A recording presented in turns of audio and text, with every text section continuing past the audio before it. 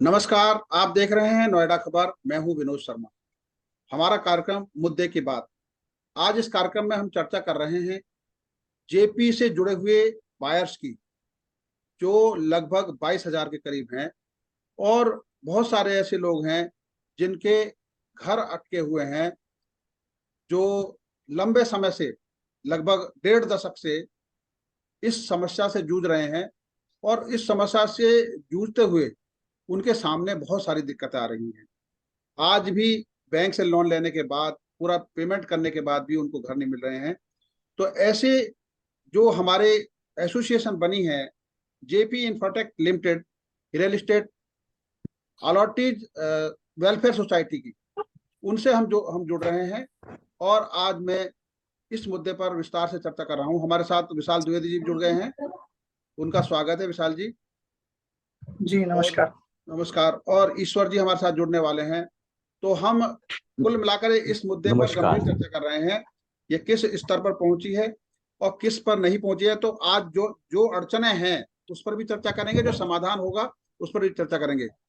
सबसे पहले मैं इस पैनल में जो शामिल हैं, मैं उनका परिचय कराता हूं। जो सोसाइटी बनी है उसके अध्यक्ष हैं आशीष गुप्ता जी। उनका स्वागत करता हूं। आशीष जी नमस्कार। नमस्कार। रश्मि सिंघल जी हैं, नमस्कार सर। नमस्कार। जो सेक्रेटरी हैं।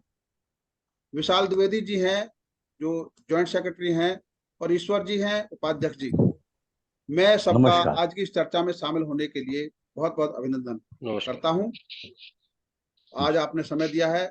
मैं सबसे पहले शुरुआत करूंगा आशीष जी से। आशीष जी, आप उन दिनों को याद करेंगे जब आपने जेपी ग्रुप का नाम सुना और उसके बाद उस पर विश्वास जताया और फ्लैट बुक कराए। तब जब वो समय था, और जब आप 14-15 साल का वो समय देखते हैं, तो क्या रहा वो सफर, कितना पीड़ादायक रहा? धन्यवाद विनोद जी, हम लोगों को ये अपॉर्चुनिटी मौका देने के लिए।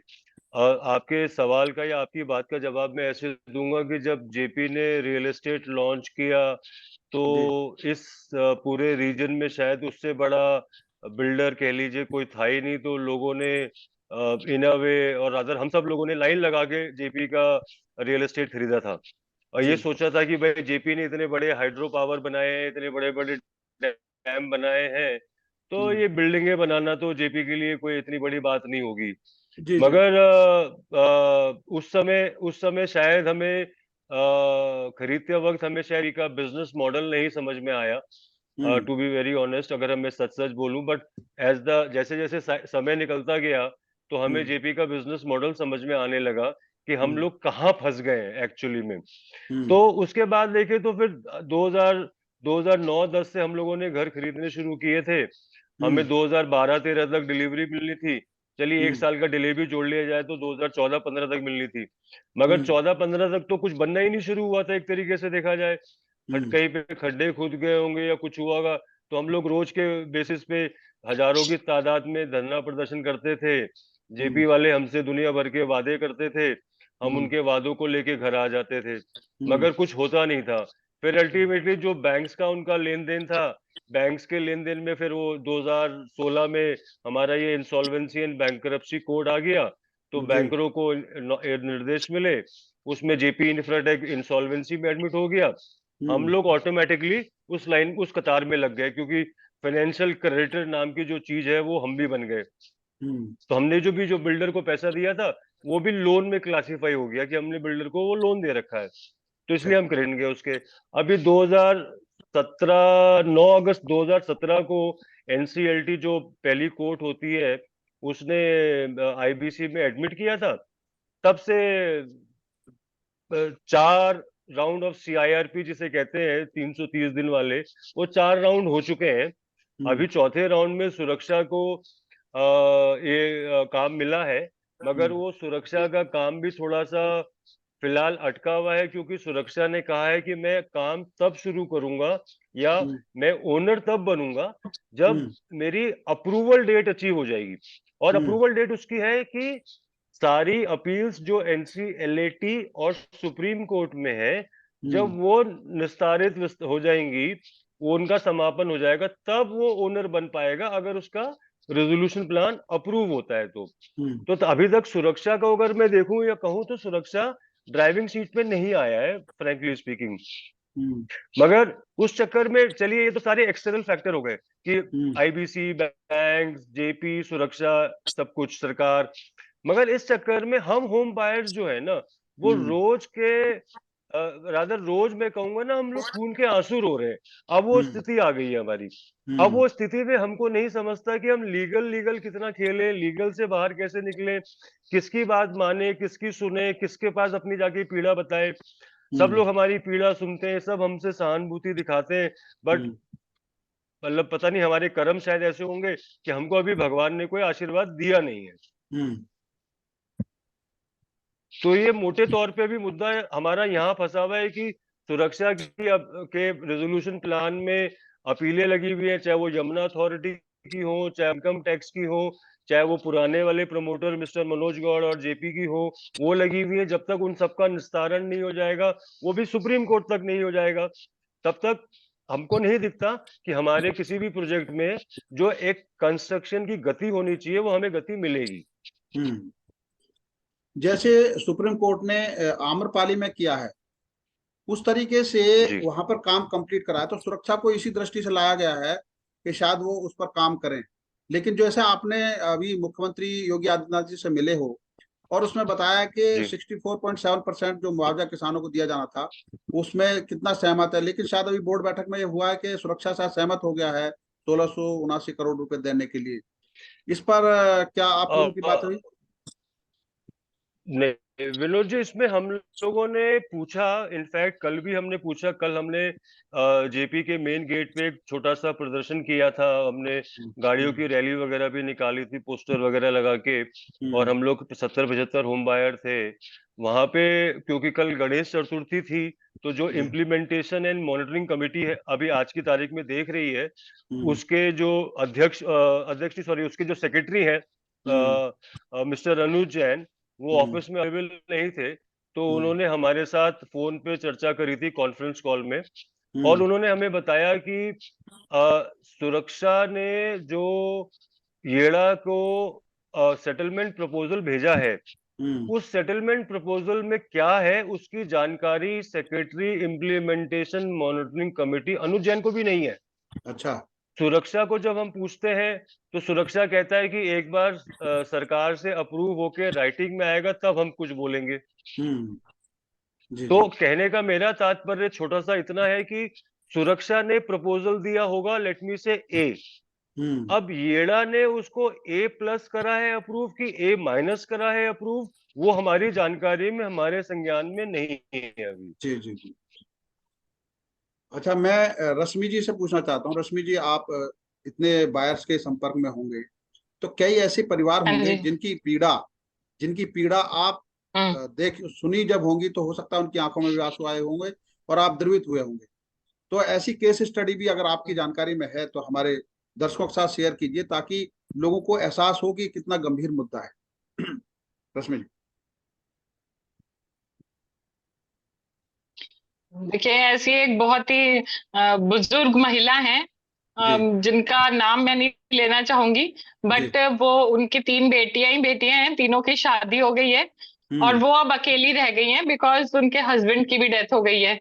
वो 76-77 ईयर्स की हैं और उन्होंने क्रीसेंट होम्स में 3 BHK ले रखा है। अच्छा। और अभी फिलहाल के लिए इतनी एज हो गई है उनकी, वो मतलब काम भी नहीं कर सकती ना, मतलब कहाँ उनको काम वाम भी नहीं मिलेगा, और लड़कियों की शादी हो गई है तो वो बिल्कुल अकेली रह गई हैं। अब उन्हें इस वक्त घर चाहिए, घर भी नहीं है उनके पास, और मतलब वो इस घर को बेच देती हैं तो पैसा चाहिए उन्हें, क्योंकि अब खुद कह रही थी वो कि मैं इस लायक नहीं हूं कि मैं आगे इसकी कोई इंस्टॉलमेंट भर सकूं, और मुझे तो कैसे भी यहाँ से पैसे निकालने हैं। किसी तरीके से निकल जाए। तो अभी ये जो यहाँ पर ये प्रॉपर्टी है, इसका रेट आज के मार्केट वैल्यू से नहीं मिलेगा। ये तो पुराना जो रेट जिसपे हमने बुकिंग करी थी उतना भी मिल जाए या प्रिंसिपल भी मिल जाए तो बड़ी बात समझिए। मतलब इतना प्रॉब्लम यहाँ पर है। अगर यहाँ कंस्ट्रक्शन शुरू हो जाती तो कम से कम ये था कि हाँ, जो मार्केट रेट चल रहा है उस पे मिल जाता, क्योंकि हम लोगों को तो डिले पेनल्टी भी नहीं मिलेगी, हम लोगों को तो कोई इंटरेस्ट भी नहीं मिलेगा। जो हमारा प्रिंसिपल गया हुआ है उस पे ना हमें इंटरेस्ट मिलेगा ना हमें डिले पेनल्टी मिलेगी। तो अभी मतलब अगर किसी को पैसे इसमें से निकालने हैं तो बड़ा ही मुश्किल काम है। और मतलब ऐसी स्थिति में जब इंसान बिल्कुल अकेला रह जाए, हस्बैंड नहीं है, आप समझ सकते हैं कितना मतलब उनके ऊपर प्रेशर आया हुआ है इस वक्त। और वो बिल्कुल इसमें मतलब बहुत दुखी थी, बहुत रो रही थी कि मैं कैसे भी इसमें से बाहर निकलना चाहती हूँ। ये बट अभी आपने तो बहुत बड़ी लॉस बात। पे बिक रहा है उनको, मतलब अगर वो बेचेंगी भी ना तो उनको लॉस में बिकेगा ये। तो वो तो बड़ा ही मतलब इंसान इतने सालों तक रुका हुआ है और मतलब कुछ नहीं, और अभी किराए पे रह रही है वो। तो बड़ा ही बिल्कुल। मतलब बहुत खराब स्थिति है। जी जी। ईश्वर जी हमारे साथ हैं। ईश्वर जी, मैं जानना नमस्कार। चाहता हूँ कि जो आपके पास भी ऐसे बहुत सारे लोग होंगे, जैसे कोरोना काल आया, आज भी लोगों के पास मान लिया पता चला कि पहली पीढ़ी ने बुक कराया, दूसरी पीढ़ी भी बड़ी हो गई और तीसरी पीढ़ी की जिम्मेदारी आ गई और लोन चल रहा है अभी तक। साथ में ये भी दिक्कत है कि मालिकाना हक नहीं मिला। ऐसे समय में बहुत सारे ऐसे भी लोग होंगे जिनकी जो कोरोना की वजह से चले गए, उनके पास हक की लड़ाई का भी मुद्दा है, क्योंकि वो अगर उन्होंने उनके पूर्वजों की प्रॉपर्टी खरीदी है, उस पर भी उन्हीं को मालिकाना हक नहीं मिला, तो उनको कहाँ से मिलेगा। तो ऐसे बहुत सारे मामले होंगे। ईश्वर जी क्या कहेंगे, ऐसे मामले आपके पास भी आए होंगे? हाँ देखिए ना, मैं ये कहना चाहता हूँ, अभी ना इस समय जेपी के होम बायर जो पिछले 14 साल से वेट कर रहे हैं, वो सब तो दुखी हैं। जैसे क्या कहते हैं, मेरे साथी रश्मि जी ने बताया या आशीष जी ने बताया, आप वो तो थोड़ा पीड़ा कैमरा अपना सभी ठीक कर होम लीजिए, बायर्स की थोड़ा है। ऊपर कर लीजिए कैमरा आपका। चेहरा थोड़ा कम आ रहा है। हाँ अब ठीक है, अब ठीक, हाँ अब आ ठीक। रहा है? हाँ हाँ हाँ तो ना I will give you an example of one home buyer. जी। वो जो इस समय उनकी 80 साल की उम्र हो चुकी है, वो हाँ। मुझसे ये डिस्कस कर रहे थे, ईश्वर जी मेरे को ये नहीं समझ में आ रहा कि मैं इस प्रॉपर्टी का अपने अपने विल में बच्चों को देना चाहता हूँ, तो मैं इस प्रॉपर्टी का स्टेटस क्या लिखूं? ये प्रॉपर्टी बन गई है या नहीं बन गई है या डिस्प्यूटेड है? और वो इस समय 80 साल की उम्र को क्रॉस कर चुके हैं। उनकी पीड़ा सुन के वाकई मुझे इतना दर्द हो रहा था कि ये क्या हुआ है, हम होम बायर्स के साथ ऐसा क्या क्या क्या हुआ कि हम 14 साल से हम लोगों को घर नहीं मिल रहे। और इनफैक्ट मैं यहाँ पे ये भी चीज बताना चाहता हूँ आपको कि हमारी जी। एसोसिएशन JREWS ने पास्ट में भी और रिसेंटली में भी हर जगह अपनी आवाज को उठाया है। We had met finance minister Sitharaman ji से हम मिले, IBBI के चेयरमैन से हमारी 3-4 मीटिंग हुई हैं, हम हमारे जो local area MLA Shri Pankaj Singh उनसे भी मिले, और अभी रिसेंटली हम honourable UP CM Yogi ji के दरबार में भी अपनी बात को रख के आए हैं कि भाई आप इसका प्रॉब्लम का हल निकालिए, इनकम टैक्स की अपील को जो है उसको विड्रॉ करो, ये रहा कि जो बेटर उसको सॉल्व करो। And in the and I will request सुरक्षा ऑल्सो देखिए वो क्लियर बताएं कि वो कैसे हम लोगों को घर देंगे। अब पिछले 4-5 साल की CARP से हम लोग काफी लिटिगेशन कोर्ट कचहरी से काफी थक गए हैं, हम नहीं सारे के सारे इनफैक्ट होम बायर्स थक चुके हैं। 14 साल में तो भगवान राम को भी अपना वनवास छोड़ के अपने घर उनको मिल गया था। आज हम 14 साल से परेशान है और अभी तक हमें दिखाई नहीं दे रहा कि हमारे घरों की स्पीड, कंस्ट्रक्शन स्पीड कब बढ़ेगी। यही मुझे आपके थ्रू क्या कहते हैं अपनी बात को कन्वे करनी है। जी जी। इसमें और भी मुद्दे हैं, जैसे सपोज करो किसी ने लोन लिया, क्या लोन का जो ब्याज है, जो आप लोगों ने, क्योंकि फाल्ट तो प्रशासनिक सिस्टम का है, इसमें लोन वेव ऑफ होना चाहिए। साथ में जो कानूनी खर्चा आप लोग उठा रहे हैं, वो खर्चा सरकार उसकी भरपाई करे। क्या ऐसा नहीं होना चाहिए ईश्वर जी? बिल्कुल होना चाहिए, बिल्कुल होना चाहिए। मैं तो कहता हूँ कि इस समय कई होम बायर्स होम लोन का EMI भी दे रहे हैं, अपने घर का किराया भी पे कर रहे हैं, और वो सपोज करके अपना EMI बंद कर देते हैं तो बैंक वाले उनके ऊपर प्रेशर डालते हैं।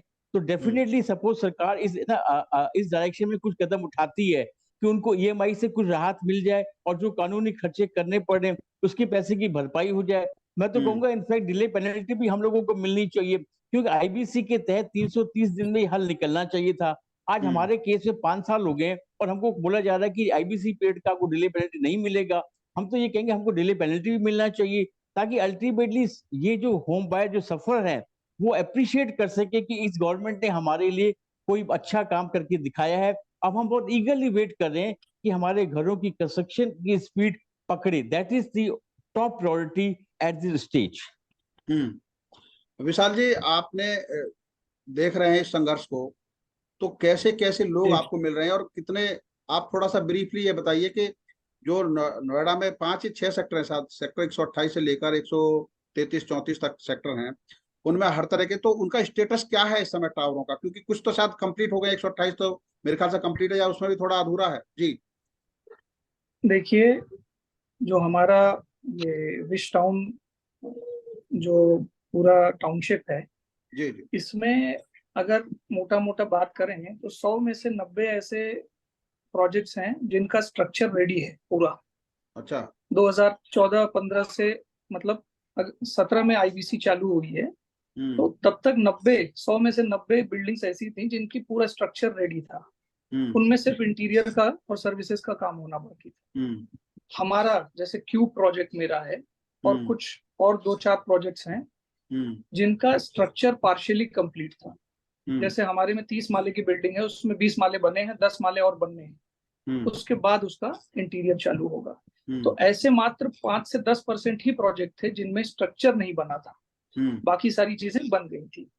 तो हम तो बस इंतजार कर रहे थे कि ये करने में मुश्किल से 1 साल स्ट्रक्चर में और अगले 1 साल इंटीरियर करने में लगेंगे, तो मुश्किल से 2 साल अगर काम और चलता तो शायद हमें हमारा प्रोजेक्ट मिल जाता, हैंडओवर हो गया होता।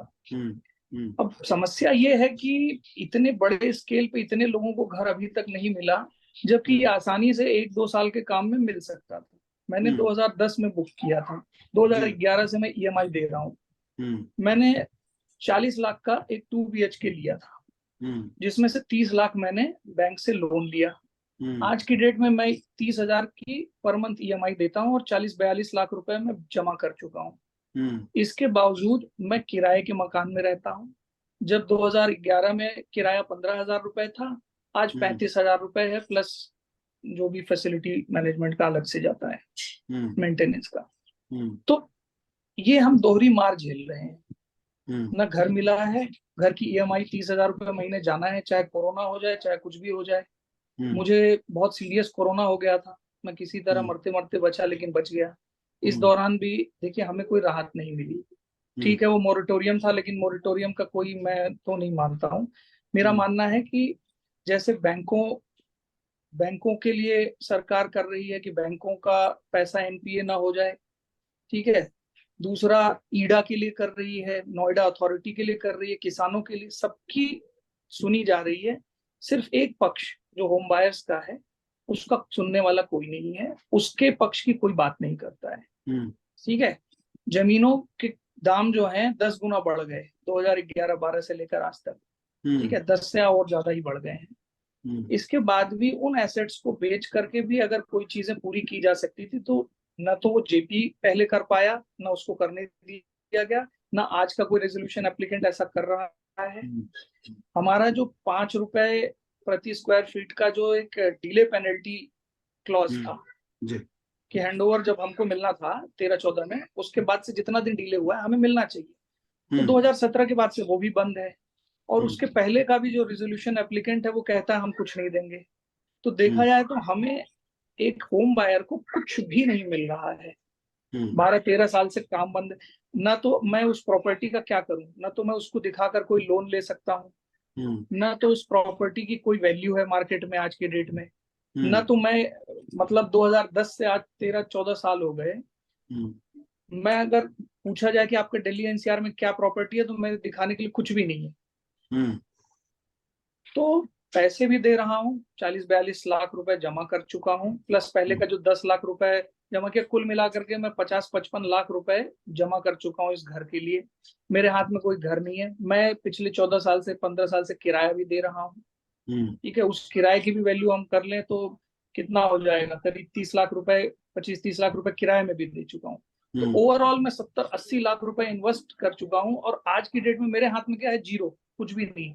कल को ये जैसे एनबीसीसी आया और चला गया, उसी तरह सुरक्षा आई है, उसको कहा जा रहा है काम चालू करो काम चालू करो, वो काम चालू नहीं कर रहा है। कल को मान लो ये भी चला गया, तो हम तो खाली हाथ हैं। काम जब तक शुरू नहीं होगा तो कम से कम काम शुरू होने के 2-3 साल लगेंगे हमको घर मिलने में, तो काम भी नहीं शुरू हुआ है। मेरा कहना है कि कैसे भी हो, कोई भी हो, हमारे टावर पे क्यूब प्रोजेक्ट पे काम चालू हो और हमें घर जल्दी से जल्दी मिले, और हमारा जो डिले पेनल्टी है कम से कम वो मिले। आपका आवाज बंद होगी शायद। हाँ आशीष जी, मैं जानना चाहता हूँ, आपकी आवाज बंद हो गई, अभी थोड़ा आएंगे दोबारा। आशीष जी, मैं जानना चाहता हूँ कि जो स्टेप अभी तक उठाए गए हैं, क्योंकि योगी सरकार ने भी कहा, केंद्र ने एक नीति आयोग के जो पूर्व थे उनके उसमें एक वो बनाया था, अमिताभ कांत जी की अध्यक्षता में एक कमेटी बनाई थी, और उस पर भी नोएडा प्राधिकरण या जो प्राधिकरण है वो उस पर आनाकानी कर रहे हैं, क्योंकि उसमें बहुत सारी चीजें हो सकता है उनके हित की ना हो। तो जो स्टेप उठे हैं आपकी नजर में, वो क्या स्टेप होने चाहिए जो अभी उठाए जाने हैं? देखिए विनोद जी, मैं आपकी बात को ना पहले एक कदम पीछे ले जाते हुए ये कहूंगा कि रियल एस्टेट जो इंडस्ट्री है, अगर मैं इंडस्ट्री क्वालिफाई करूं तो रियल एस्टेट इंडस्ट्री हमारी इंसॉल्वेंसी कानून से बाहर होनी चाहिए। हमारे अमिताभ कांत जी ने भी अपनी रिपोर्ट में ये कहा है कि भाई रियल एस्टेट की प्रॉब्लम को सॉल्व करने के लिए रेरा को प्राइम बनाया जाए। इंसॉल्वेंसी बिल्कुल आखिरी होना चाहिए कि भाई अब कुछ नहीं बचा तो अब इंसॉल्वेंसी में ले जाओ, ऐसा नहीं कि तुरंत इंसॉल्वेंसी में ले जाए। तो उन्होंने थोड़ा डिप्लोमेटिकली कहा है, मैं इस बात को ऐसे कहना चाहूंगा, बट मैं एक साफ तौर पे ये कहना चाहता हूँ कि रियल एस्टेट जहाँ पे होम बायर्स इन्वॉल्व है वो इंसॉल्वेंसी में जाना ही नहीं चाहिए, और अगर जाना है तो उसके लिए स्पेशल फास्ट ट्रैक कोर्ट्स होनी चाहिए, जिसमें एक कोर्ट ने जो डिसाइड कर दिया वो डिसाइड कर दिया, उसमें कोई अपील नहीं है। तो फॉर एग्जांपल वो कोर्ट उसके लिए सुप्रीम कोर्ट है, उसके बाद कोई अपील नहीं है, तो तब तो शायद समझ में आए। मगर जैसे अभी ईश्वर जी ने भी कहा 330 दिन इंटू 5 हो चुके हैं, इस तरीके से तो मेरा घर नहीं बन रहा है। विशाल जी कह रहे हैं कि स्ट्रक्चर 2015-16 में बन गए थे। अब आप देखिए कि नोएडा में करोजन कितना है हमारे वातावरण में, स्ट्रक्चर मेरा एक्सपोज खड़ा हुआ है पिछले 5-7 साल 8 साल से, तो उसके अंदर कितना करोजन घुसा होगा किसी को नहीं पता। आज नोएडा अथॉरिटी या यमुना अथॉरिटी कहती है स्ट्रक्चरल ऑडिट कराया जाए। अरे भाई, वो स्ट्रक्चरल ऑडिट की क्या सैंक्टिटी? हमने गुड़गांव में देखा है कि गुड़गांव में स्ट्रक्चरल ऑडिट हुआ तो क्या हुआ, उसमें कोई जिम्मेदारी लेने को तैयार नहीं है। तो ये तो जो मैं अगर अपने शब्दों में कहूंगा तो चाहे सरकार होए, विद ऑल ड्यू रिगार्ड्स, चाहे अमिताभ कांत जी होए, मेरी मेरी मेरी मैं पूरे रिगार्ड्स के साथ ये बात कह रहा हूँ, मगर ये अभी तक जो भी कुछ है वो लिप सर्विस है। ऑन ग्राउंड हकीकत में कुछ नहीं आया है, सिर्फ कहने के लिए, कानों को अच्छी लगने के लिए बातें कही जाती हैं, हम भी सुनते हैं, हम भी खुश होते हैं। अब हम लोग, जैसे ईश्वर जी ने बताया कि हम लोग आईबीबीआई से बहुत सारी मीटिंग कर चुके हैं, हम आईबीबीआई को तमाम सजेशन दे चुके हैं कि रियल एस्टेट को कैसे ट्रीट करना चाहिए, क्योंकि हम भुक्तभोगी हैं। हम तो रियल एस्टेट के आईबीसी में सबसे बड़े भाई हैं, सबसे पहले हम ही गए थे, तो हमसे ज्यादा तो इसको शायद with all due regards again नहीं जानता कोई एज होम बायर कि इसमें क्या क्या समस्याएं हैं। हमने दी आईबीबीआई को। आईबीबीआई को मैं ये कहूंगा कि रवि मित्तल जी बड़े अच्छे इंसान है, वो सारी बातें सुनते हैं, उनकी टीम भी बातें सुनती है, काफी सारी बातों को हमारी माना भी है। अभी उन्होंने एक रेगुलेशंस को अमेंड किया है, उसमें हमारे काफी सारे सजेशंस माने हैं उन्होंने, मगर उसको ऑन ग्राउंड आने में अभी समय लगेगा, और वो हमारे ऊपर कितना एप्लीकेबल होंगे वो पता नहीं। कमिंग बैक हमारा मुद्दा एज जेपी होम बायर, देखिए आज की तारीख में ना हमारे पास एक रेजोल्यूशन एप्लीकेंट है, रादर एक सक्सेसफुल रेजोल्यूशन एप्लीकेंट है। हम लोग एक तरीके से आईबीसी से बाहर हैं, क्योंकि जो 7 मार्च को प्लान अप्रूव हुआ था एनसीएलटी द्वारा, उसमें कोई स्टे नहीं है। तो जब स्टे नहीं है तो प्लान का सेकंड फेज जो है वो इम्प्लीमेंट हो रहा है। तो हमारे पास एक सक्सेसफुल रेजोल्यूशन एप्लीकेंट है। हमारी समस्या ये है कि वो कुर्सी पे नहीं बैठना चाह रहा।